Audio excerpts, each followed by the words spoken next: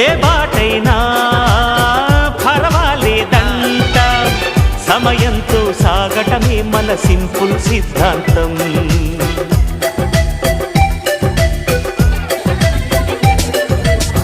చిరుగాలికి పరిమళమిచ్చే సిరిమల్లెల వనమై ఉందాం, గగనాన్ని నేలను కలిపే హరివిల్లుల బంతెన అవుదాం.